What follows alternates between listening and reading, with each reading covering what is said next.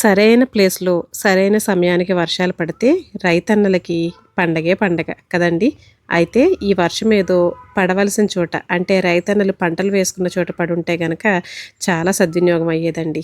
అంటే ఇక్కడ కూడా మనకు అవసరమే. హైదరాబాద్లో ఎక్కువగా మనకి బోర్ నీళ్ళతోటే ఆధారపడతాం కాబట్టి వర్షాలు పడితే భూమిలోకి నీరు ఇంకి చక్కగా మనకి బోర్లో నీళ్ళు అనేవి వస్తాయని చెప్పి మనందరం చూస్తూ ఉంటాం. అపార్ట్మెంట్ కల్చర్ కాబట్టి వాళ్ళందరికీ కూడా నీళ్ళు అవసరం కాబట్టి ఇక్కడ కూడా అవసరమే అనుకోండి. అంటే నీరు ఎంత ప్రాణాధారమైందో చూడండి. హాయ్ అండి, అందరికీ నమస్కారం. అందరూ ఎలా ఉన్నారండి? ఈరోజు వీడియోలో పెసలతోటి మంచి టేస్టీ పునుకులు అయితే చేసి చూపిస్తానండి. ఎప్పుడు కూడా పెసరట్టు వేసుకుంటూ ఉంటాము. సరే ఈసారి పునుకులు వేద్దాము, కాస్త డీప్ ఫ్రైగాను ఇంకొకటి పొంగనాలు కూడా వేసి చూపిస్తానండి. వీటితోటి చాలా బాగుంటుంది ఆయిల్ వద్దనుకున్న వాళ్ళకి. అయితే ఈ పెసలు ఎక్కువగా నానబెడతానండి. నానబెట్టుకున్నప్పుడే ఒక 4 గుప్పెళ్ళు ఎక్కువ వేసామంటే అవి మనకి మొలకలు తెచ్చుకున్న తర్వాత వేరే సలాడ్లోకి వేరే ఎందులోనైనా సరే యూజ్ చేసుకోవచ్చండి.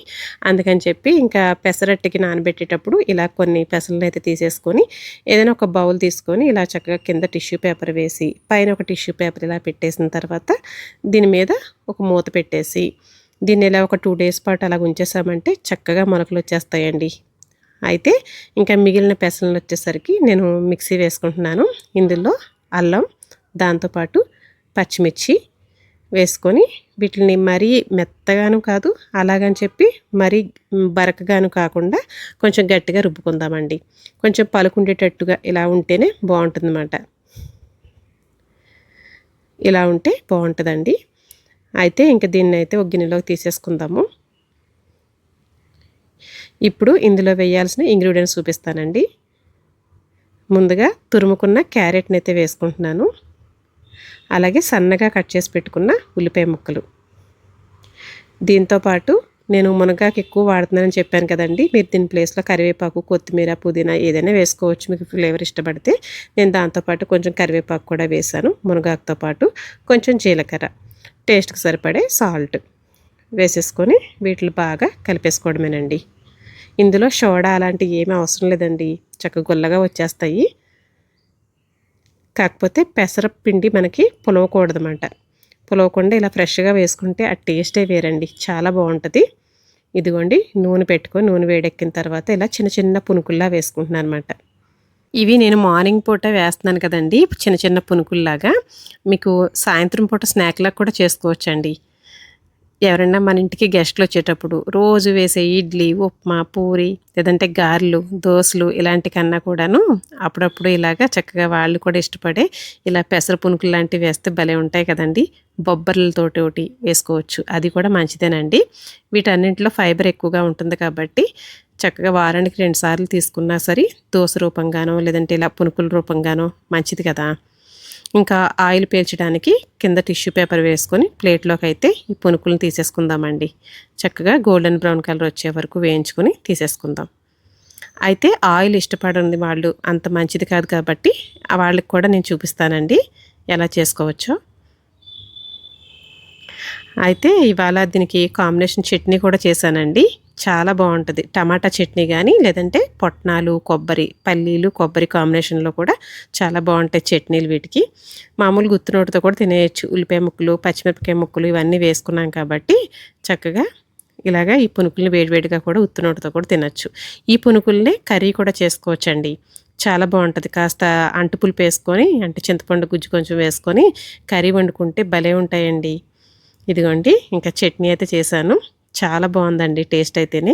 ఇంకా ముందు నేను చూసేస్తాను, అందులో ఉప్పు కారాలు తక్కువైనాయి అనుకోండి మళ్ళీ ఇలా ఉంది అలా ఉంది అంటారు. అందుకే ఫస్ట్ వాయిల్లో చూసిన తర్వాత నెక్స్ట్ రెండో వాయిలో అయితే మళ్ళీ నేను ఏమైనా పడితే యాడ్ చేసి వేస్తానండి. అంటే నోటితో ఇలా మనకి తయారైపోయిన తర్వాత చూసిన టేస్ట్ వేరు, పిండి టేస్ట్ చూసింది వేరు కదా, అందుకని చెప్పి. ఇదిగోండి నెక్స్ట్ వాయి కూడా వేసేసాను.